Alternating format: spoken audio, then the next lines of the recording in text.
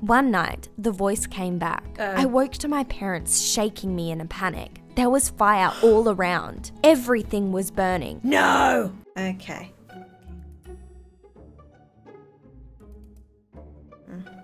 Do you ever have those days where your hair just doesn't go right, like at all? It's probably okay. It probably looks like a mess, but who cares, right? What if I could... Today is one of those days, you know what I mean? You know what I mean? Also, I'm going a little bit stir crazy. Is anybody else? Yeah, okay, cool. I'm not the only one. I feel like I'm bouncing off the walls a little bit, right? My dog is doing so many zoomies around the house and in the garden that I don't know what to do with him. Also, funny story, I tried taking him out the other day. It wasn't too bad, okay? Ish. Until kids came along on their bikes and they were like right up next to me. And then obviously we had a dog and their owner like right behind me. I was like, excuse me. Okay, where is your social distancing? So that was a thing. It's a very stressful walk, but I did manage to walk my dog. But just like you guys, you've probably been staying inside. Like me, because I'm trying my best to stay at home and do the sensible thing, staying indoors and keeping others safe. But I do have to go out tomorrow. I have to do my food shopping. I'm not looking forward to it. And even though we can joke and sometimes laugh about these things, and because there is no other way sometimes to cope with the craziness that is going around us, like I said, I hope you're doing great. Or at least the best you can do, and hopefully I can put a smile on your face. Or at least if I act stupid enough, it might work, so I'm going with that. Anyways, we're actually going to be reacting to, I believe it's Dory Story. Never really heard of the channel before, but my friend Yami suggested them. And I thought, well, that's interesting. I would love to, because Story Booth did not work out for me. They don't like people reacting to their stuff. They copyrighted that. Oh boy. So I'm sorry guys, I did try to do Story Booth. It didn't work. I wanted to. But anyway, we're gonna be reacting to this one, which is I have two faces. I don't know what I would do with two faces. Eat at the same time? I don't know. What would I do? I'm sort of like sat here thinking, what would I actually do with two faces? I'd probably get annoyed, honestly, and try and punch the other one in the face. Could you imagine, like, if I had a face here, or at the back of me, and I'm like, oi, you, shut up!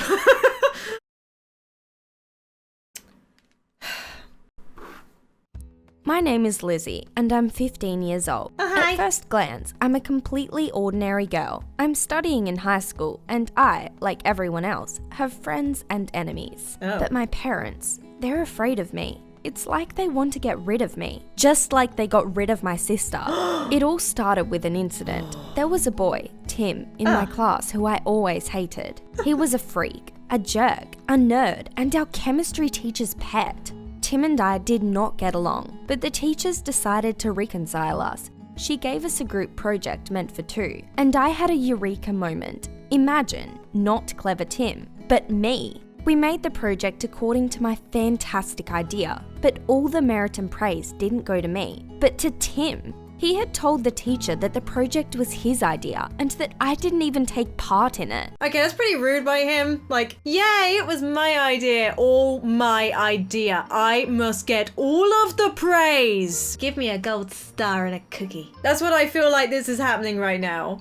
I mean, I'm wondering what she's gonna do, honestly. She believed her favourite, and I was slapped with an E. What? Naturally, I prepared my revenge. I had a present for Tim, a beautiful box, which, when opened, exploded the opener with paint. The plan was this: I would put the surprise in his locker. He would open the box, and voila, his face covered in paint. I would catch the whole thing on video and upload for everyone to see. Wow. But whilst I was preparing to put his present in his locker, somebody spoke to me. "Don't do it," an unfamiliar voice whispered. I stopped, hesitating. The voice continued. "He's so handsome. You loved him." What? But there was no one around. I suddenly realized the voice was speaking from inside my head. It only got worse. Tim appeared around the corner and the voice gave me an order. Go and kiss him, straight away. My mind seemed not my own anymore, and I fell into a weird kind of trance. What? I'm so confused. So I would just say that that's your, consciousness like saying, hey, maybe don't be mean. Why would this voice tell her to kiss him? It's very confusing. Why would you do that? My body moved against my wishes and I kissed Tim. Oh my God, in front of the whole school. Ooh. He pushed me away and called me nuts. I ran away in tears, but my surprises didn't end there. I went into a classroom trying not to attract attention, although it was hard not to. There was a lesson going, math. Mrs. Sandy was teaching and she, unlike other teachers, liked me. But then the voice spoke again. Go and give Mrs. Sandy Tim's present. I resisted as hard as I could. Has this ever happened to you? When you don't want to do something, but for inexplicable reasons do? I couldn't control myself. The last thing I remember was an explosion of paint that covered the teacher's face. It was a disaster. I was sent to the principal, and from there, the school psychologist was called. Wait, what? In Why? anticipation of the psychologist, I carefully examined the principal's office. Are people who examine other people's minds sound themselves? Could I trust our school psychologist? Should I tell him about the voice in my head? Whilst maybe I was not. thinking these thoughts, I noticed that a pencil was slipping from my fingers. Nearby lay a perforated family photo of our psychologist. He was shocked at what I had done to the picture, but talked to me about what had happened. I didn't mention the voice, and the psychologist reasoned that everything that had happened was due to a nervous breakdown stemming from my poor assignment score. What? My parents were called to school, and they gave me a thrashing once I got home, but I was silent about the strange state of mind that I had had.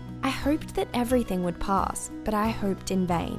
At night, the voice returned. I woke up in a flower bed under the window of my room. Wait, what? I had cut all my mother's favourite roses to their root. Oh. I screamed in pain. My hands were bleeding from the thorns, but that wasn't all. I don't understand this. Like, I'm just here thinking, now it's almost like she doesn't even know that she's doing these things. She's just then suddenly like, oh, I'm in my mum's flower bed. There's cats on here. Oh, the roses are dead. Oh no, I killed the roses. Like, she's just completely oblivious to all of this.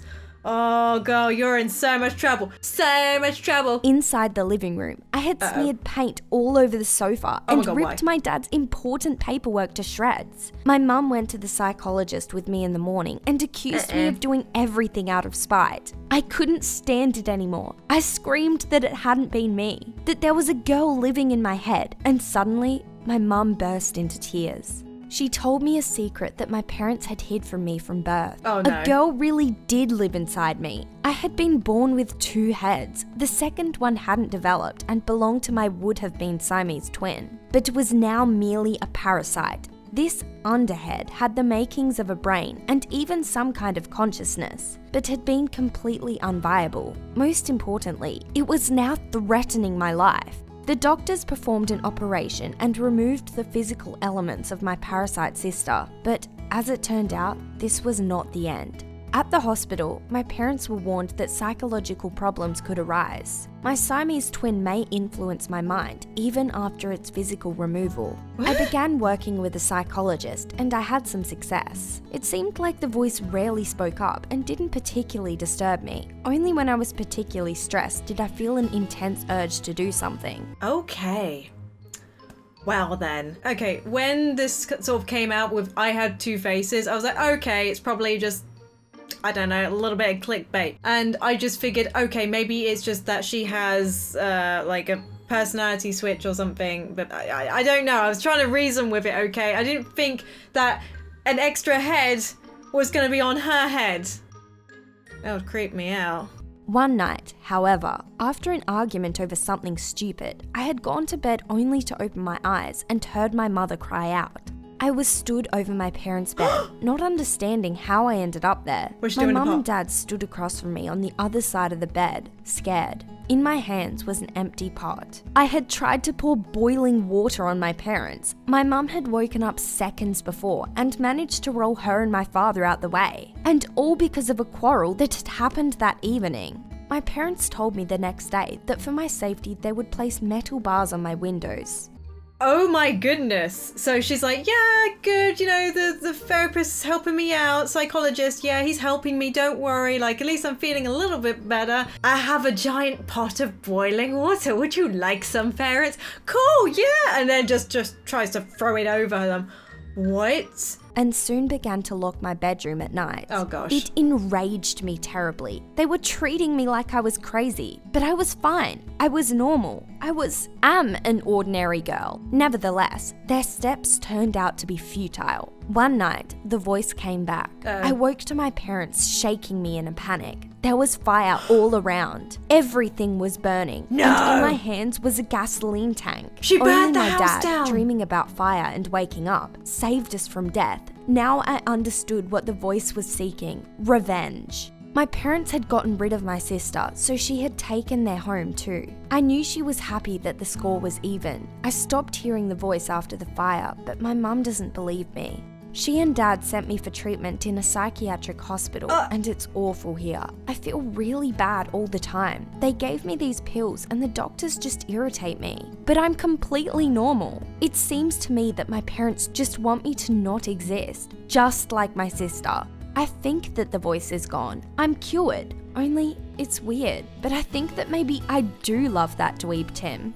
Wow, okay. So, I mean, that would kind of correlate, because sometimes when you don't like someone when you're kind of a bit younger, you show it in a slightly different way, I guess. I definitely had that in school, even when I was in high school. The guys that would pick on me and stuff actually did like me. So, that's the thing. I don't know, guys, what do you think? That was just like, whoa, okay then. Okay. Siamese twin head was just there. Now that she's burnt the house down, everything's fine. Well, sort of. I mean, she's in an asylum, so I'd call that a sort of win. I don't know how to take this story anymore. Definitely go check out the original in the description below. I always link them. Dory Story, YouTube. Just go check it out. I hope you guys are keeping as safe as you can be. I send all my love and hugs. And yes, I have read the comments, and yes, I am keeping social distance, don't worry. That's why we do it through the internet. And I hope you guys are all having a really, really great day. I'll see you on the next video. Bye-bye!